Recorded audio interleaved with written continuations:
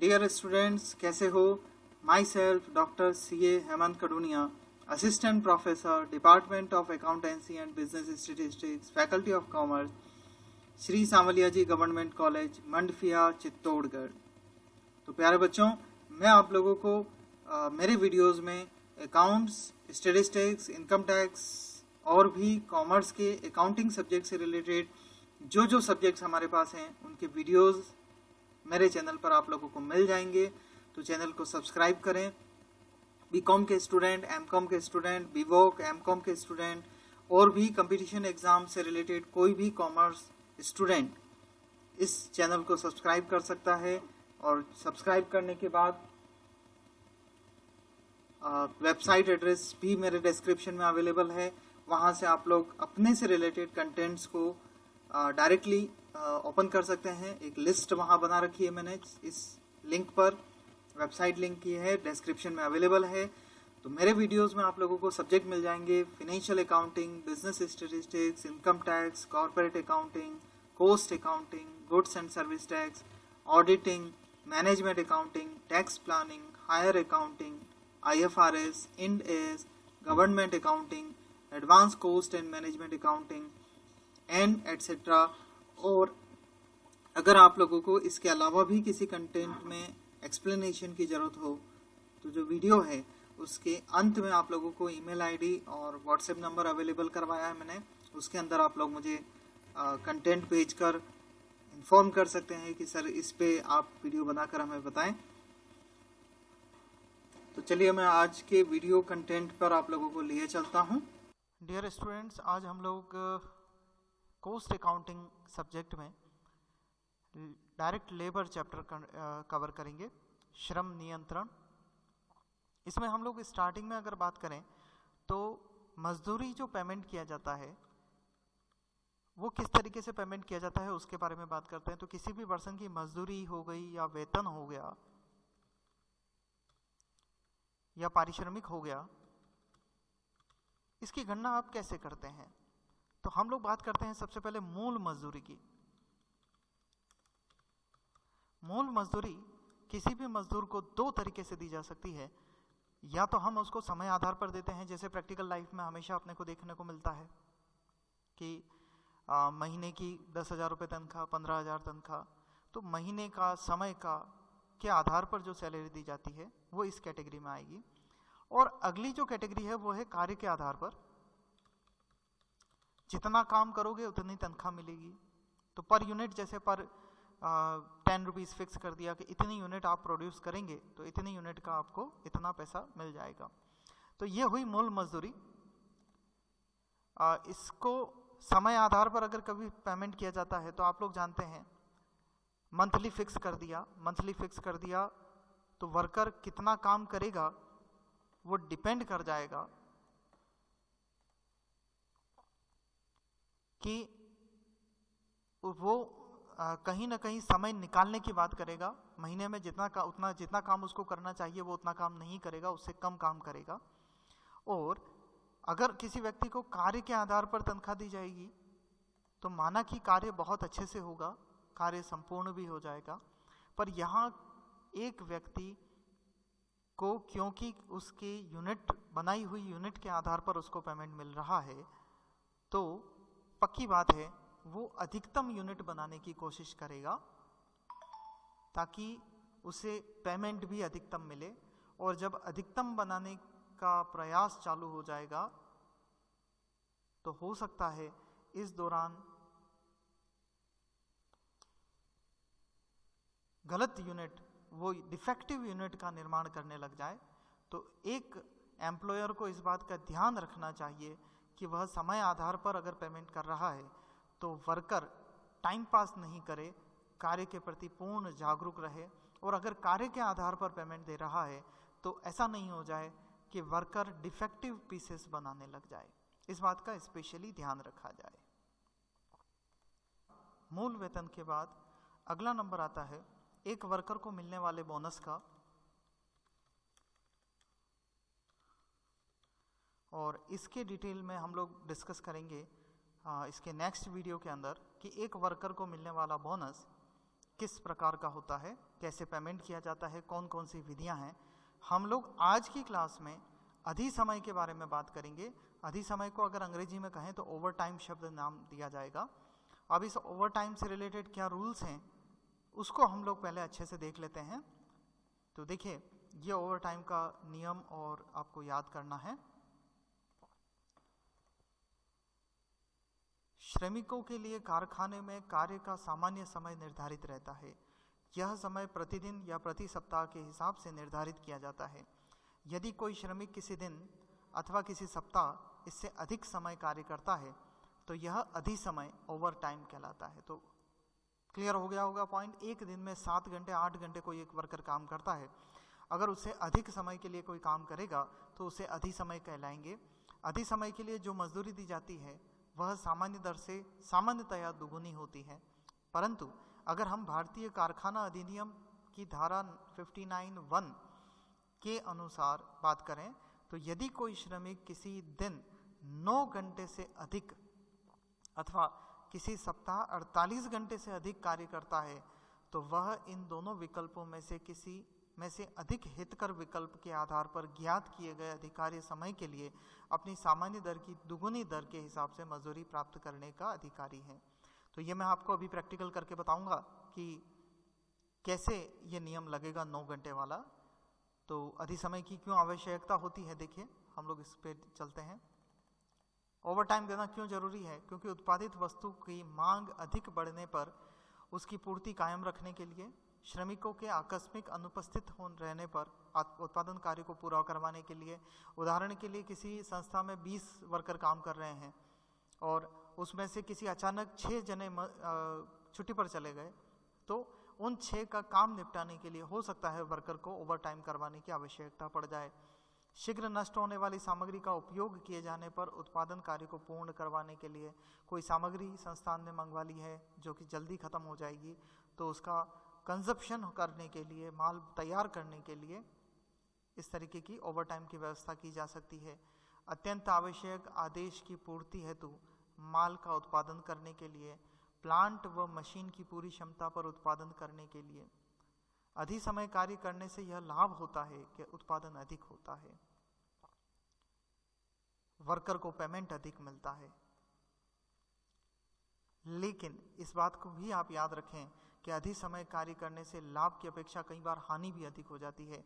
किसी भी श्रमिक की कार्य क्षमता सीमित होती है, वो 7 घंटे 8 घंटे काम कर सकता है, लेकिन यदि आप उससे लगातार 10-10 घंटे काम करवाएंगे तो पक्की बात है कहीं ना कहीं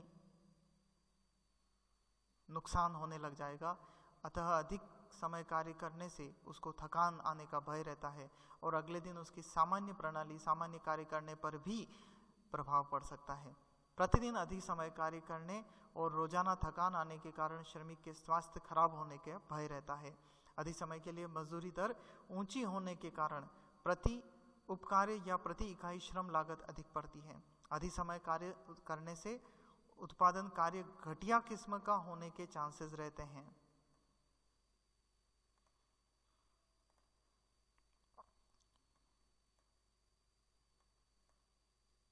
अधिक समय कार्य करने की अनुमति देने से श्रमिक लालच पैदा होने का चांस रह जाता है।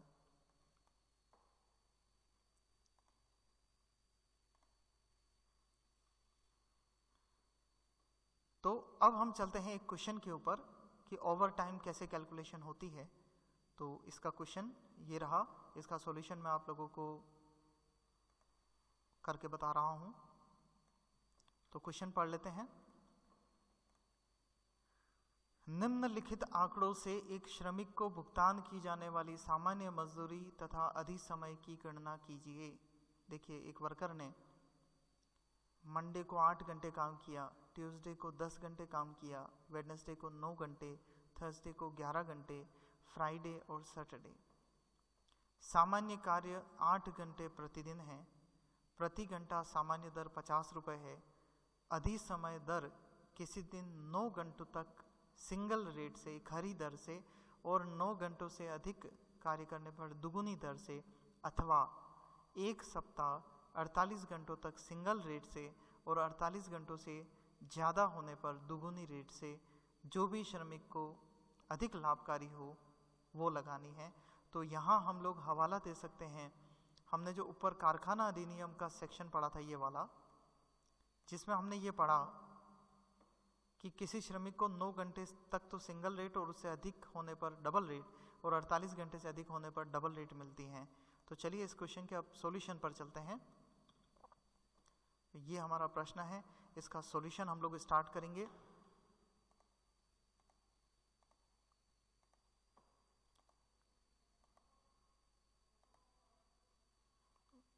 वर्कर द्वारा किए गए वर्क पॉइंट आपके सामने मैंने रख दिए हैं। सॉल्यूशन पार्ट स्टार्ट करेंगे। हम लोग एक टेबल बना लेंगे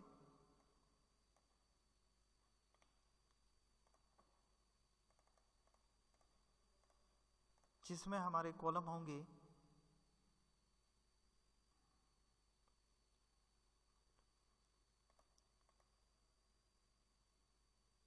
लगभग 8 कॉलम हमें चाहिएंगे।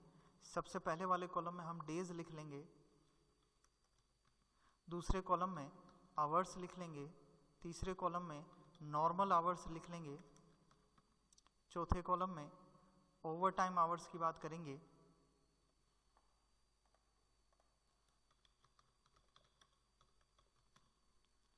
उसके बाद नेक्स्ट हम लोग नॉर्मल वेजेस और उसके अगले कॉलम में ओवर टाइम वेजेस निकाल लेंगे और लास्ट कॉलम में हम लोग टोटल वेजेस की गणना कर लेंगे। ओवर टाइम वेजेस में हम लोग बात करेंगे सिंगल रेट की, जो कि प्रश्न में हमें 50 रुपए के हिसाब से दे रखी थी, तो at the rate 50 rupees per hour. और नेक्स्ट कॉलम में हम लोग डबल रेट की बात करेंगे, double rate at the rate 100 rupees हो जाएगी पर आवर।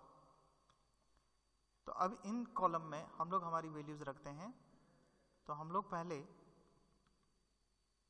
डेज वाइज एक बार ये लिख लेते हैं कि उसने मंडे को कितना काम किया।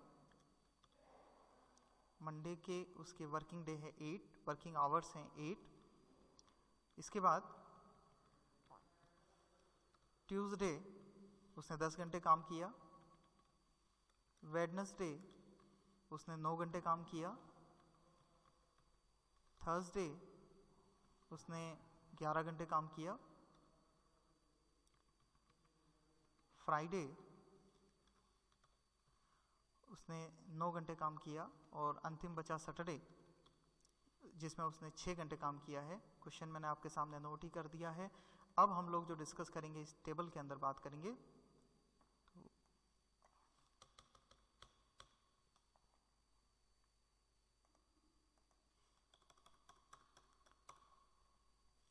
टेबल में वर्किंग करनी है तो टेबल मैंने आपके सामने रख दी है। देखिए नॉर्मल आवर्स उसके 8 घंटे एक दिन के माने जाएंगे, तो मंडे 8 घंटे, हर एक में 8-8 घंटे आपको लिखने हैं। लेकिन यदि वो व्यक्ति किसी दिन 8 घंटे से कम काम करता है तो वो नॉर्मल में ही गिनाएगा। सैटरडे को जैसे उसने 8 घंटे से ज़्यादा काम नहीं किया है, 8 घंटे से कम काम किया है, 6 घंटे ही काम किया है, तो फिर नॉर्मल आवर्स उसके 6 ही रहेंगे। अब बात करते हैं ओवर टाइम की। तो ओवर टाइम का नियम यह है कि 9 घंटों तक उसे सिंगल रेट से पेमेंट होना है। तो देखिए यहाँ पे उसने कोई एक्स्ट्रा वर्क नहीं किया तो ओवर टाइम है ही नहीं। यहाँ पे 8 से उसने 2 घंटे एक्स्ट्रा काम किया है तो 9 घंटे तक, यानी कि एक्स्ट्रा 1 घंटा तो उसको सिंगल रेट से पेमेंट होगा और बाकी का एक्स्ट्रा 1 घंटा डबल रेट से पेमेंट होगा। इसके बाद यहाँ पे वेडनेसडे को सिर्फ उसने 1 घंटा ही एक्स्ट्रा काम किया है तो उसे सिंगल रेट से पेमेंट मिलेगा। थर्सडे को उसने 3 घंटे एक्स्ट्रा काम किया है तो up to 9 hours single rate से पेमेंट होगा और 9 घंटे से ज़्यादा यानी कि 2 घंटे उसको डबल रेट से पेमेंट मिलेगा। फ्राइडे को 1 घंटा एक्स्ट्रा वर्क किया है, डबल रेट वाला अमाउंट नहीं है। सैटरडे को उसने एक्स्ट्रा वर्क नहीं किया। अब बात करते हैं नॉर्मल वेजेस की। तो नॉर्मल वेजेस उसने जितने नॉर्मल आवर्स हैं इंटू 50 रुपीज़ पर आवर के हिसाब से हम लोग मल्टीप्लाई कर लेंगे। तो आवर्स वर्कड ये रहा, आप लोग इसे 50 रुपीज़ से मल्टीप्लाई कर लेंगे। 8 इंटू 50 400 रुपीज़, 8 आवर जहाँ जहाँ वर्क किया है उसको रहेगा। और उसके बाद 50 रुपीज़ के हिसाब से 6 आवर्स के लिए 300 रुपीज़ उसको नॉर्मल वेजेस का पेमेंट होगा। इसके बाद ओवर टाइम वेजेस की बात करते हैं। तो यहाँ ध्यान से समझिएगा इस जगह 50 रुपये इसका पेमेंट मिलना है और यहाँ डबल रेट यानी कि 100 रुपये से हिसाब से पेमेंट मिलना है, तो 100 रुपये 1 घंटे के लिए और 50 रुपये 1 घंटे के लिए, तो कुल मिला के 150 रुपीज़ उसका चार्जेस हुआ। यहाँ उसने 50 रुपीज़ में काम किया है तो 50 रुपीज़ का पेमेंट मिलेगा। यहाँ 50 रुपीज़ और 100 रुपये 2 घंटे के मिलने मतलब 200 रुपये मिलने हैं, तो 200 प्लस 50 250 रुपीज़ का पेमेंट मिलेगा। यहाँ उसे सिंगल पेमेंट मिलेगा 50 रुपीज़ का, इसमें उसने एक्स्ट्रा वर्क नहीं किया तो नहीं मिलेगा। टोटल वेजेस निकाल लीजिए पर्टिकुलर डे पे, 400, 550, 450, 650, 450, 300 और अब आपको इसका टोटल लगा लेना है, तो हम लोग कैलकुलेटर की हेल्प ले लेते हैं। 400, 550, 450, 650, 450, 300, टोटल पेमेंट उसका 2800 रुपीज़ बनता है। नॉर्मल वेजेस 2300 हो जाएगा और इसका टोटल 500 रुपीज़ हो जाएगा। तो ये पेमेंट डे वाइज कैलकुलेशन से आया। अब हम लोग इसको वीक वाइज बात करेंगे। एक और कैलकुलेशन आप लोगों को करनी है, calculation of normal wages and over time wages according to second alternative। Second alternative week wise है। वीक वाइज का मतलब 48 आवर्स तक उसको सिंगल रेट से पे करना है। तो नॉर्मल वेजेस, इस नॉर्मल वेजेस के लिए मैं आपको कहूंगा कि यहीं पे आप एक बार इसकी टोटल लगा लें, इनकी टोटल लगा लें कि उसने वीक में कितने घंटे काम किया है।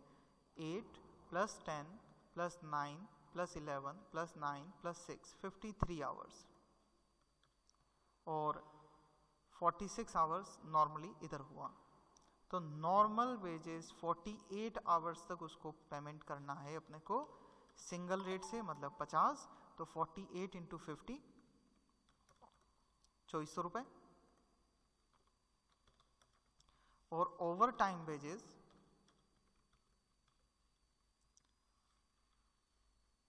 ओवर टाइम आप कैसे कैलकुलेट कर लोगे, 53 आवर्स - 48 × 50 की जगह 100 रुपीज़ डबल रेट से पेमेंट करना है, तो 5 घंटे पे इसका पेमेंट हो जाएगा 500 रुपये का। टोटल वेजेस 2900 रुपीज़ होती है। अब बच्चों लास्ट में आपको एक कंपेरेटिव बता देना है कि फर्स्ट ऑल्टरनेटिव से 2800 रुपीज़ का पेमेंट बनता है, जबकि सेकंड ऑल्टरनेटिव से 2900 रुपीज़ का पेमेंट बनता है। मीन्स वर्कर के लिए second alternative for worker best है। तो इस तरीके से हम लोग हमारे ओवर टाइम वेजेस की गणना करेंगे। तो ये क्वेश्चन ओवर टाइम से रिलेटेड था। तो आज के वीडियो में हम लोगों ने मजदूरी के बारे में बात किया, लेबर चैप्टर को स्टार्ट किया। इस लेबर चैप्टर में हमने सबसे पहले मूल वेतन बेसिक वेजेस की बात करी और इसके बाद उसमें 2 तरीके के पेमेंट होते हैं, समय आधार पर, कार्य आधार पर, उसका पेमेंट की बात करी। इसके बाद हमने एक बोनस के पॉइंट को ड्रॉप किया है जो कि हम नेक्स्ट वीडियोस में कवर करेंगे।